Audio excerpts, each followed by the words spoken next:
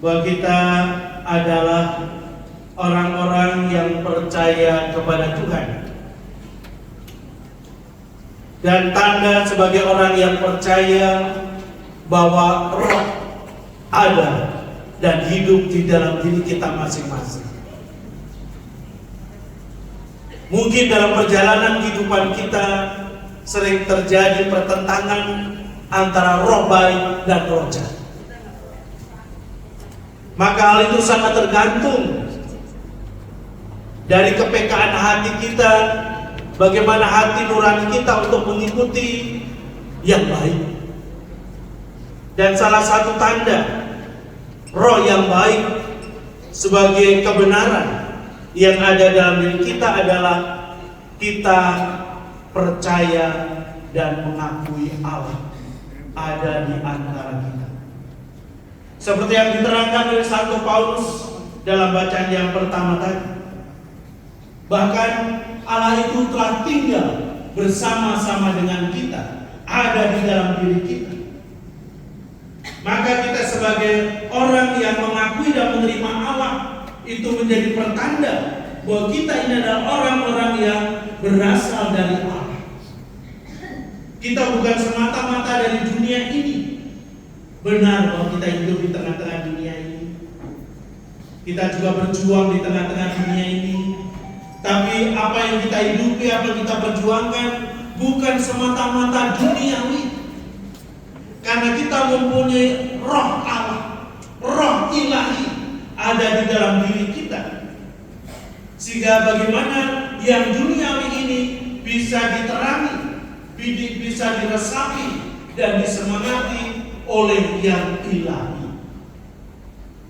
Maka juga tanda lain bahwa roh itu ada dalam diri kita dan kita juga menjadi orang yang percaya kepadanya, yaitu kalau kita sekalian menuruti perintah-perintah.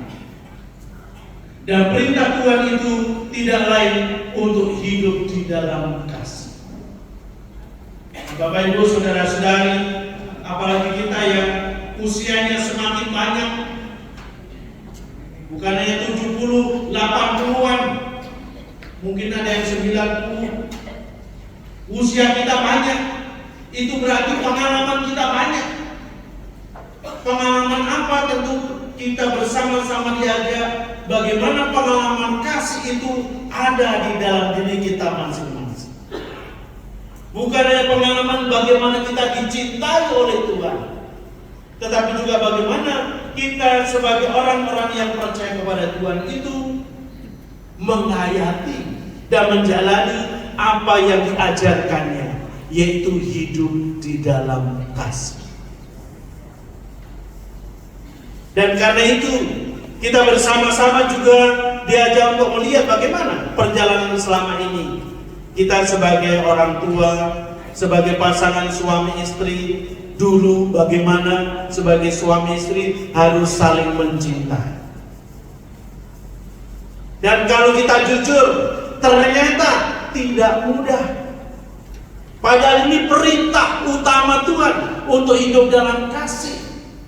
Bahkan di antara kita sebagai pasangan suami istri, ternyata tidak mudah untuk mencintai. Padahal untuk mencintai. Mengapa tidak mudah? Kita juga ingat, kalau jujur, bahwa kita tidak pernah lepas dari ego kita. Nah, kalau kita sudah dengan ego kita, kan berarti kita mau menang sendiri. Yang lain harus mengikuti kita.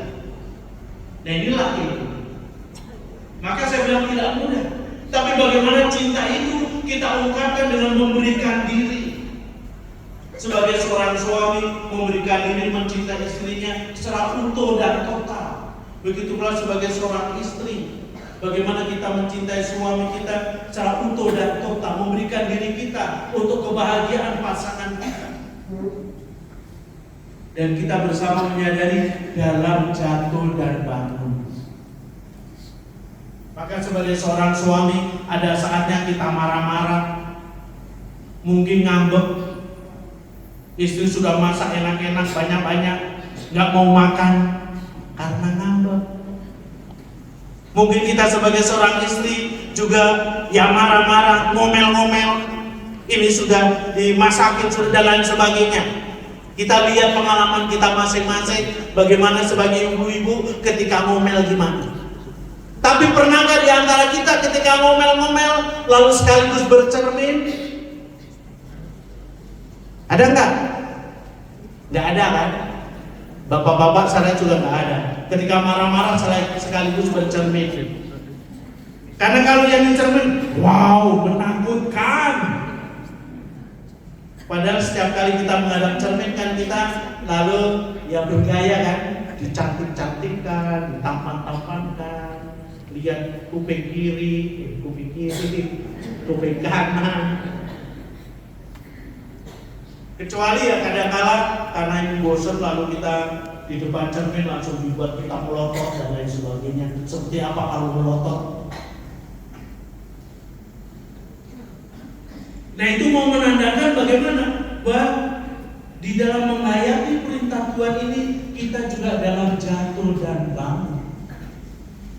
Maka luar biasa bagi kita para bapak ibu yang ketika pada saat situasi yang seperti itu kita mudah memaafkan. Ya sayang maaf, aku gila. Lalu kita yang dimaafin juga ya kita menerima itu.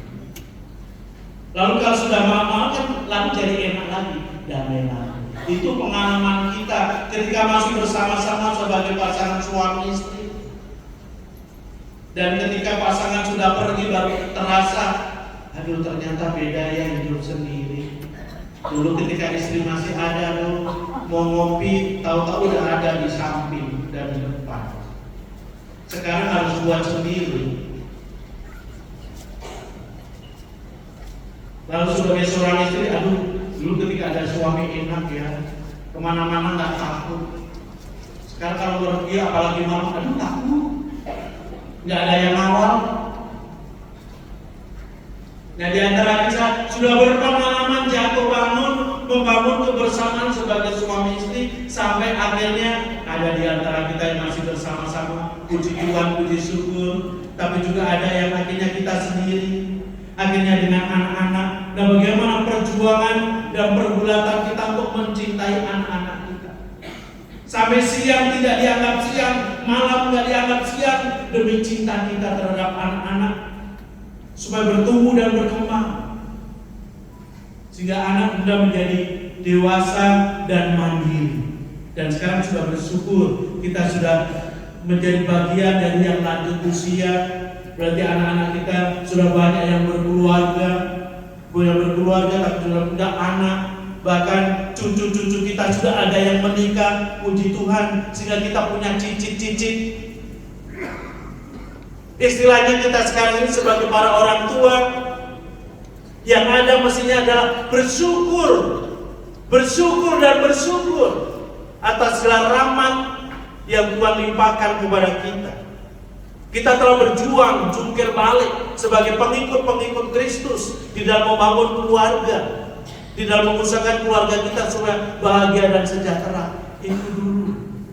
Nah sekarang sudah lanjut usia, kesempatan untuk menikmati hidup. Nah itulah bagaimana kita juga berjuang untuk menghayati kehidupan kita sebagai anak-anak Allah yang ternyata tidak mudah. Karena memang kasih itu bukan hanya kita mengerti, bukan hanya kita pahami, tetapi kita hayati.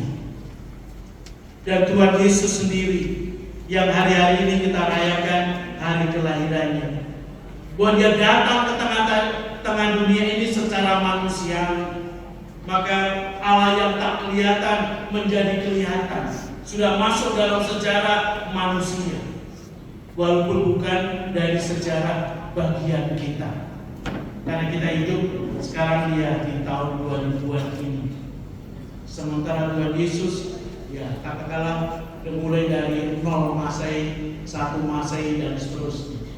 Kita sudah 2026 di tahun baru 2026. Yesus yang bagaimanakah yang kita alami sebagai Allah yang menjelma menjadi manusia, bahwa kehadirannya ke tengah-tengah dunia ini membawa keselamatan, membawa sukacita. Dan karena itu tadi digambarkan bagaimana dia mulai berkarya di tengah-tengah dunia. Dia bukan hanya mewartakan tentang kabar sukacita, tentang kebaikan dan kebenaran, tetapi juga kehadirannya juga disertai dengan perbuatan-perbuatan baik. Ada rupa-rupa perbuatan baik. Dan karena itu tadi dikisahkan, semua orang yang sakit, yang menderita, yang sengsara dibawa kepada Tuhan Yesus. Dan mereka semua disembuhkan. Sehingga mereka bergembira dan bersukacita karena berjumpa dengan Sang Penyelamat di tengah-tengah dunia ini.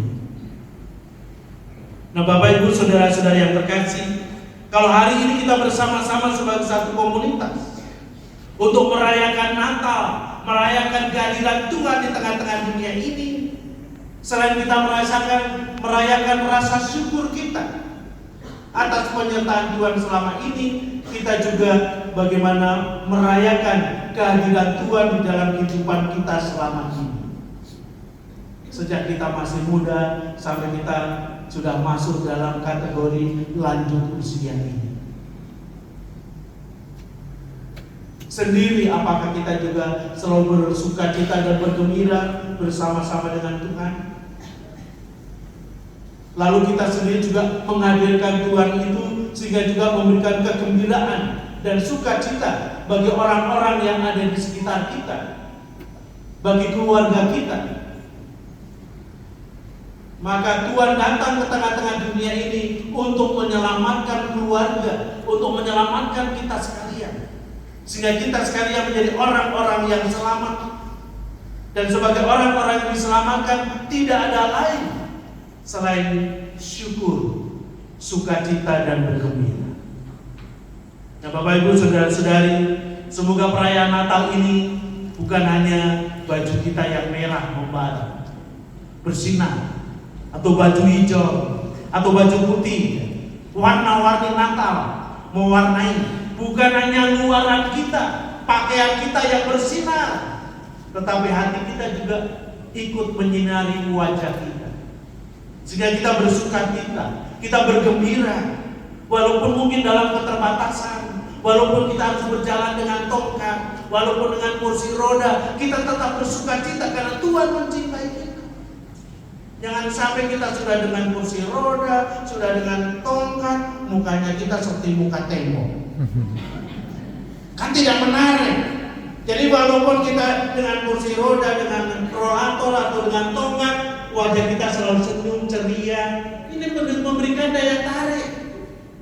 Jadi yang menarik itu bukan hanya muda-mudi OMK, kita yang tua-tua juga harus semakin menarik.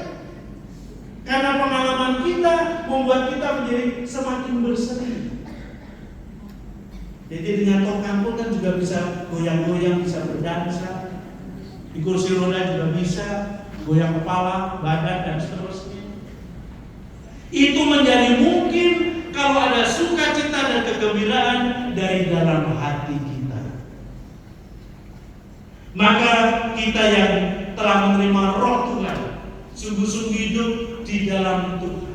Roh memberdayakan kita, menyemangati kita, dan menuntun perjalanan kehidupan kita sehingga kehidupan kita ini menjadi senantiasa indah.